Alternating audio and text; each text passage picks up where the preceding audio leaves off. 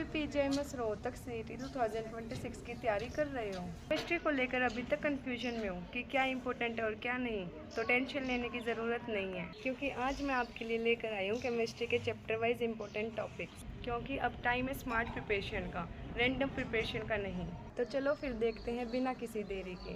अब देखते हैं केमिस्ट्री के इंपॉर्टेंट टॉपिक्स चैप्टर वाइज। तो मैंने ना आपको ये प्रायोरिटी बेसिस पे बताया है कि आपकी प्रायोरिटी फर्स्ट किसकी रहेगी, ऑर्गेनिक केमिस्ट्री की, क्योंकि सबसे ज़्यादा वेटेज जो है केमिस्ट्री के अंदर ऑर्गेनिक केमिस्ट्री की आएगी, देन इनऑर्गेनिक, और लास्ट में आप प्रायोरिटी रखना फिजिकल केमिस्ट्री की, क्योंकि फिजिकल केमिस्ट्री की वेटेज जो है वो कम होती है ऑर्गेनिक और इनऑर्गेनिक से। ठीक है, तो सबसे पहले हमारे पास आते हैं जीओसी। तो इसके अंदर आपने सबसे पहले टॉपिक करना है इलेक्ट्रॉनिक इफेक्ट। तो इसके अंदर 3 है, इंडक्टिव, रेजोनेंस और हाइपर कंजुगेशन। तीनों ही अच्छे से करने हैं, क्योंकि जब ये करोगे ना तो ही आप आगे ऑर्गेनिक केमिस्ट्री का बेस आपका बनेगा। ठीक है, इंडक्टिव के अंदर जैसे प्लस आई माइनस आई कौन दिखाता है, और रेजोनेंस में प्लस एम कौन दिखाएगा, माइनस एम कौन दिखाएगा, है ना। क्योंकि अगर ये है, मान लो आपके पास आ गया कार्बोकेटाइन की स्टेबिलिटी बताओ, तो वो कैसे बताओगे जब आपको प्लस आई माइनस आई के बारे में पता होगा, है ना। या फिर आपके पास क्वेश्चन आ जाए एसिडिक स्ट्रेंथ का, तो आप कैसे बताओगे जब आपको प्लस एम माइनस एम के बारे में पता होगा। तो इसलिए जो है ना पहले ही 3 अच्छे से कर लेना, ताकि आपकी ऑर्गेनिक केमिस्ट्री ईजी हो जाए आपके लिए। ठीक है, इसके बाद जो मोस्ट इंपॉर्टेंट आता है कार्बोकेटाइन या फिर कार्बोनाइन की स्टेबिलिटी जो आपसे पूछी जाएगी। 4 कंपाउंड जो आपको दे देंगे, उसमें बताएंगे कार्बोकेटाइन की स्टेबिलिटी का ऑर्डर बताओ, है ना। जैसे आपको पता होगा कि कार्बोकेटाइन के अंदर स्टेबिलिटी क्या रहती है हमारी, टर्शरी, सेकेंडरी एंड प्राइमरी, है ना। ऐसे ही कार्बोनाइन के अंदर जो हमारी उल्टी हो जाती है ऑर्डर। तो ये जो है हमने अच्छे से करना है। फिर नेक्स्ट आपसे पूछा जा सकता है इलेक्ट्रोफाइल और न्यूक्लियोफाइल को आइडेंटिफाई करो। तो आपको पता होगा जैसे इलेक्ट्रोफाइल कौन होते हैं, Lewis acid. Lewis acid means जिसका ऑक्टेट क्या होता है, इनकम्प्लीट होता है ना। जैसे एग्जांपल अगर मैं बताऊं BF3, AlCl3, ये क्या है हमारे पास इलेक्ट्रोफाइल से, क्योंकि इनका ऑक्टेट जो है वो इनकम्प्लीट होता है। ऐसे ही न्यूक्लियोफाइल हमारे पास लुईस बेस होते हैं, है ना। ये बेस क्यों कौन से होते हैं, ये लोन पेयर इनके पास प्रेजेंट होते हैं। तो आपसे ऐसे कंपाउंड दे देंगे 4, इसमें से बताओ which one of the following is electrophile. तो ये आपको करना आना चाहिए।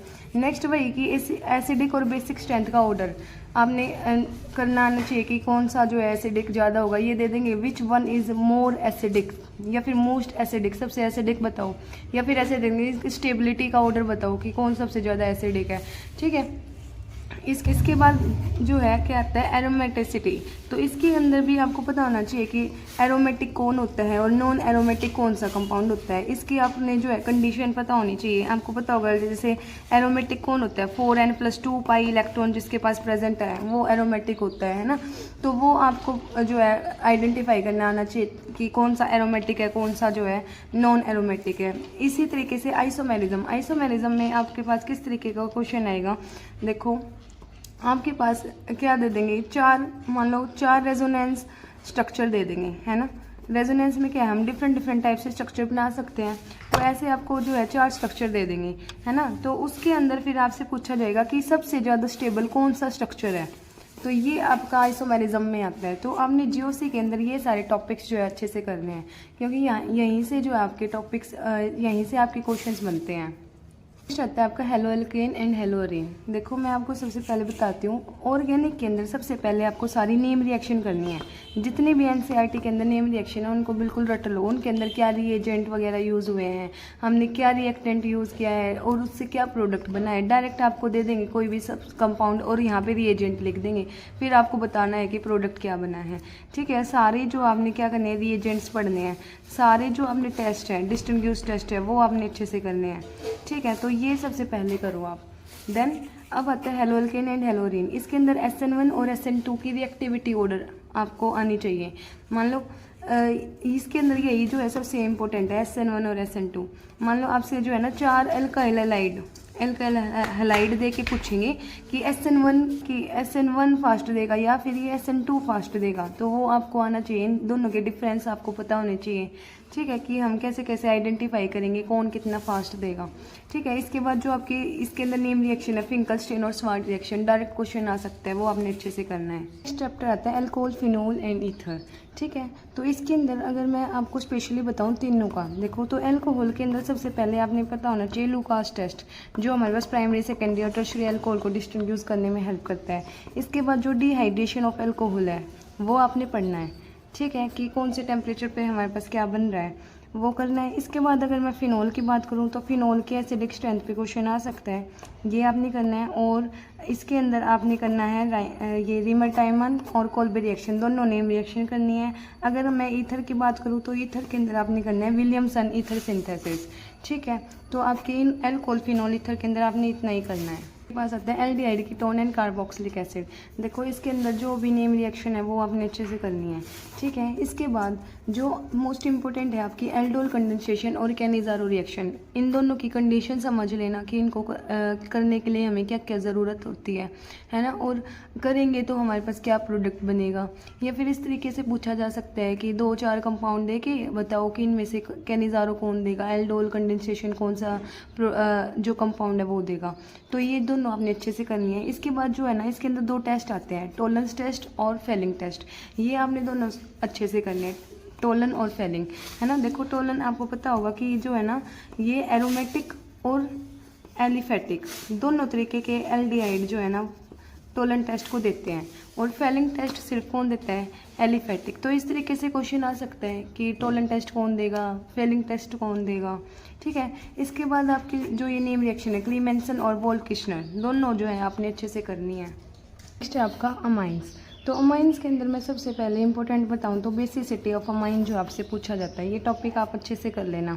इसके बाद जो आपकी नेम रिएक्शन है होफमान ब्रोमाइड डिग्रेडेशन, जिसके अंदर आप जैसे 2 कार्बन है तो उससे जो है 1 कार्बन बन जाता है ना, मीन्स कार्बन को कम करके जो प्रोडक्ट बनता है तो वो आपने करना है होफमान ब्रोमाइड डिग्रेडेशन।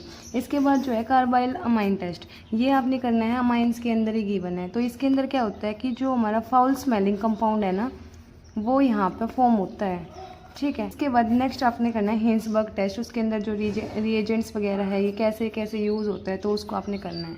आपका बायोमोलिक्यूल्स, तो बायोमोलिक्यूल्स के अंदर ये सारे टॉपिक्स आपने अच्छे से करने हैं कि रिड्यूसिंग और नॉन रिड्यूसिंग शुगर, डीएनए और आरएनए के जो नाइट्रोजनस बेस होते हैं उनके अंदर डिफरेंस करना है, denaturation of proteins, essential non essential आपको पता होना चाहिए कौन कौन से अमाइनो एसिड्स होते हैं, वाइटामिन और उनसे रिलेटेड जितने भी डिजीज़ हैं वो आपने सारी जो है ना अच्छे से करनी है। इसके बाद नेक्स्ट अगर हाइड्रोकार्बन की बात करें तो आपके अंदर की स्टेबिलिटी आपसे पूछी जा सकती है कि 2 एल्केन दे देंगे, इसमें बताओ कि ज़्यादा स्टेबल कौन है ना। ओजोनोलाइसिस एक पूरी रिएक्शन है वो आपने अच्छे से करनी है, और मार्कोनिकॉफ और एंटी मार्कोनिकॉफ रूल, ये दोनों जो है ना आपको अच्छे से आनी चाहिए, है ना, ये आपसे पूछी जाती हैं। नेक्स्ट आपका आता है पॉलीमर। पॉलीमर्स जो है आपको कंपो अलग से बताऊँ, एल्केन, एल्कीन और एल्काइन, तो प्लीज़ जो मैं एक्स्ट्रा ऐड ऑन कर रही हूँ ना तो वो कर लेना प्लीज़।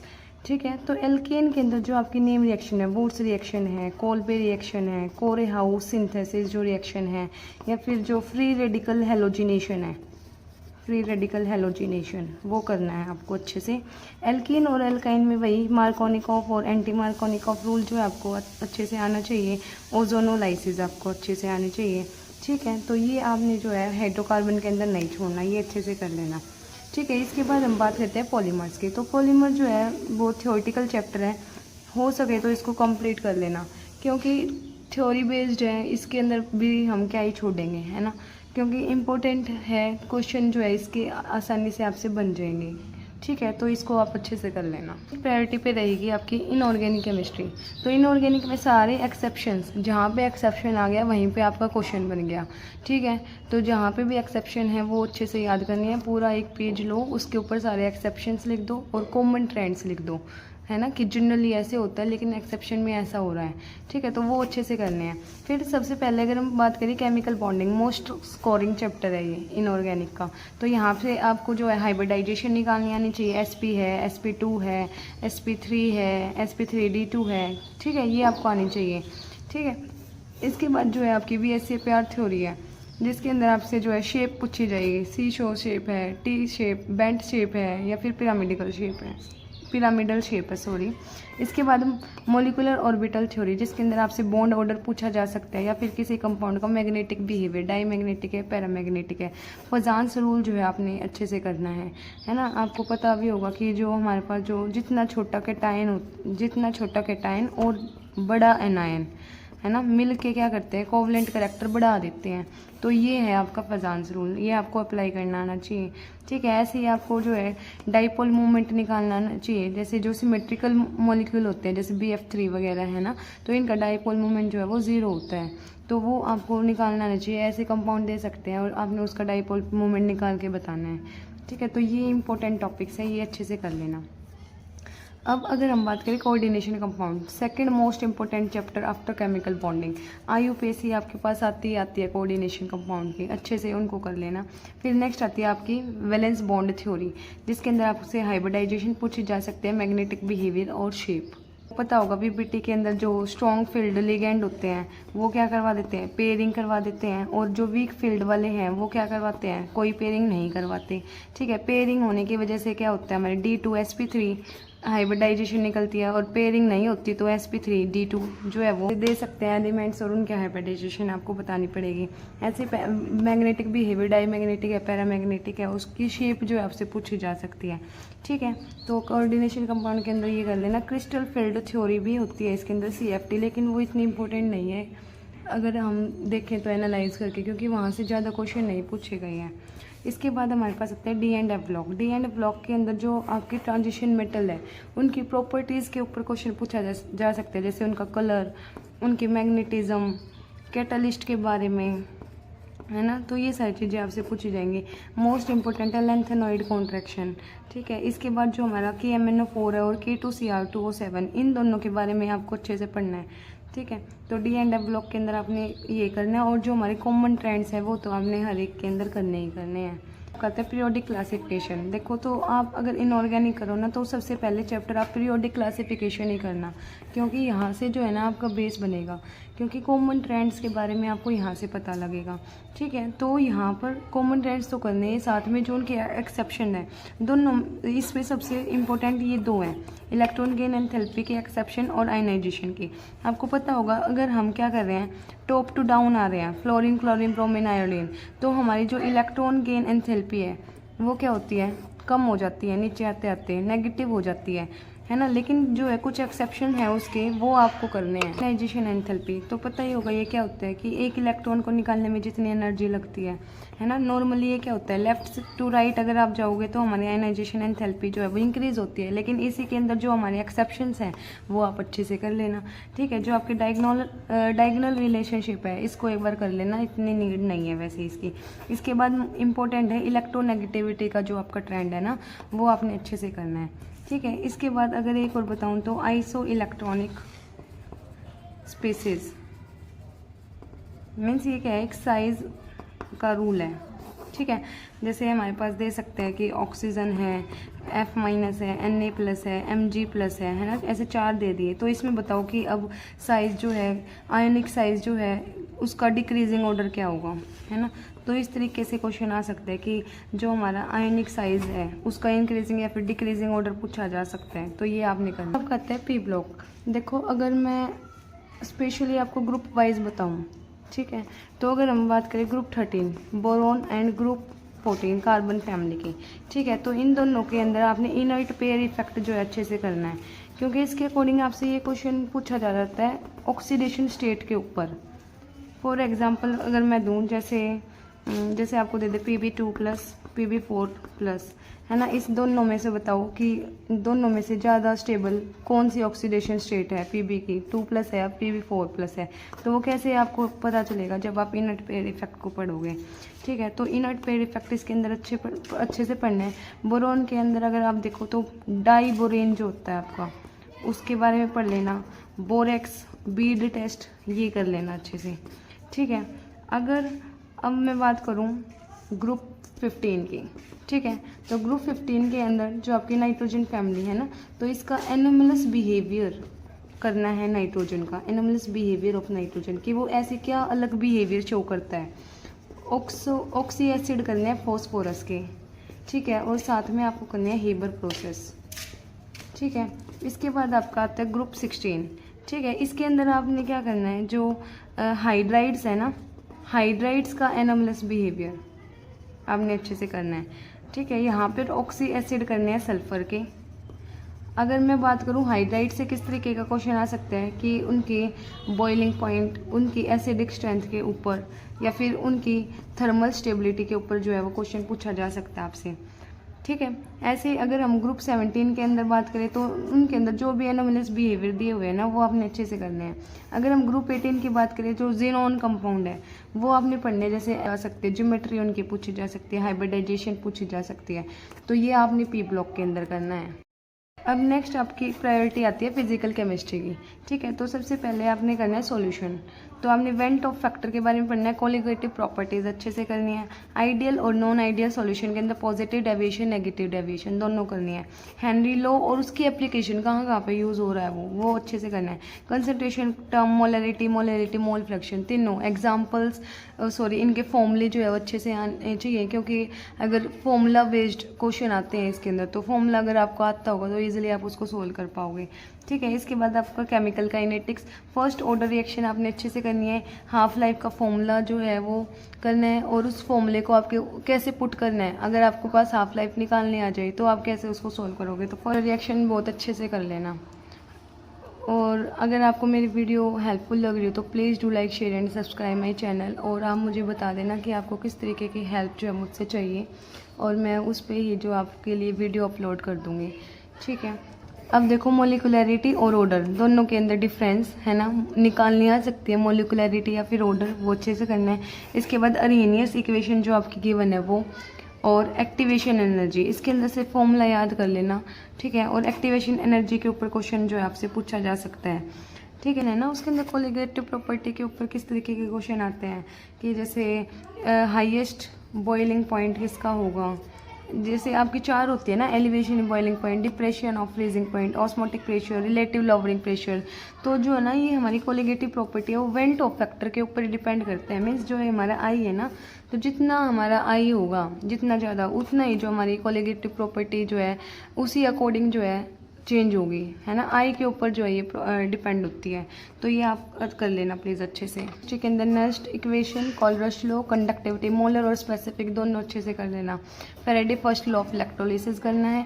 मोल कंसेप्ट के अंदर अगर इंपॉर्टेंट बताऊँ एम्पेरिकल फॉर्मूला, ठीक है, इससे क्वेश्चन आ सकता है। लिमिटिंग रिएजेंट, जैसे एम्पेरिकल फॉर्मूला के अंदर अगर मैं आपको बताऊं तो मोलिकुलर फॉर्मूला क्या होता है, एन इंटू में एम्पेरिकल फॉर्मूला, तो इससे रिलेटेड जो है क्वेश्चन आ सकता है। लिमिटिंग रिएजेंट आपको फाइंड आउट करना आना चाहिए। और जो आपके नॉर्मल कन्वर्जन है कि एक इसके अंदर कितने मोल्स प्रेजेंट होंगे, इसके अंदर कितने मॉलिक्यूल्स जो है वो प्रेजेंट होंगे, तो ये आपने जो है ना अच्छे से करना है। जो सिग्निफिकेंट फिगर वगैरह हैं वो आपने करना है, क्योंकि ये इसको आप जो है फिजिक्स के अंदर भी पढ़ते हो, तो इसको मैंने यहाँ पे ऐड ऑन नहीं किया। ठीक है, थर्मोडाइनमिक्स के अंदर गिव्स फ्री एनर्जी, ठीक है, स्टेट और path function, intensive extensive properties और फर्स्ट लॉ ऑफ थर्मोडाइनमिक्स जो है वो अच्छे से कर लेना। सारी जो प्रोसेस है, आइसोथर्मल प्रोसेस, आइसोबेरिक जो है आपकी, है ना, ये सारी प्रोसेस जो है ना आपने अच्छे से करनी है। इसके बाद atomic structure, quantum number, NLMS, जैसे आपको 3D दे दे तो बताओ इसका क्वांटम नंबर क्या होगा, है ना। बोर मॉडल कर लेना अच्छे से। इलेक्ट्रॉनिक कॉन्फ़िगरेशन के रूल, जैसे क्या है, हाफ बाउ है या फिर हर्ट्ज़ रूल है, ये आपने अच्छे से कर लेने हैं सारे। हाइड्रोजन स्पेक्ट्रम सीरीज़ जो उसके अंदर आती हैं वो कर ली हैं। नेक्स्ट आपका आता है रिडॉक्स रिएक्शन, उसके अंदर आपको आ सकता है ऑक्सीडेशन नंबर निकालना या फिर ऑक्सीडाइजिंग एजेंट या फिर रिड्यूसिंग एजेंट को आइडेंटिफाई करना कि बताओ कौन ऑक्सीडाइजिंग एजेंट है कौन रिड्यूसिंग है, या फिर जो रिडॉक्स रिएक्शन की बैलेंसिंग होती है ना उस पर जो है डायरेक्ट क्वेश्चन जो है आपसे आपके पास आ सकता है। ज़्यादा जो है ना मुश्किल वाली इक्वेशंस मत लेना, क्योंकि टू द पॉइंट वाली बैलेंसिंग आपके इसके अंदर आ सकती है, अगर आएगी भी तो चांसेस इतने नहीं हैं। ठीक है, तो यही थे आपकी केमिस्ट्री के इंपॉर्टेंट टॉपिक्स, और इनको अच्छे से कर लो क्योंकि टाइम कम है, आपको स्मार्ट स्टडी करनी पड़ेगी। इन टॉपिक्स को कर लो अच्छे से, ठीक है, और मैंने ये ऐसे इसको अच्छे से कर लेना। ऑल राइट, सो 100% दो, ठीक है, आगे फिर देखी जाएगी। खुद को लगाओ, खुद करोगे तभी कुछ मिलेगा। ठीक है, टॉपिक्स करो, MCQs करो, ठीक है, चैप्टर वाइज, ये नहीं कहीं से भी रैंडम क्वेश्चन कर रहे हो। ठीक है, एक बार सिलेबस कंप्लीट हो जाए उसके बाद आप जो है फुल मॉक टेस्ट लगा सकते हो। ठीक है, अपनी मिस्टेक्स को एनालाइज करो, राइट। तो ऐसे ही लगे रहो, पढ़ते रहो अच्छे से। ठीक है, कहीं पे भी मेरी नीड हो मुझे बता देना, I will upload video on my YouTube channel. ठीक है, and please do like share and subscribe my channel. Thank you so much.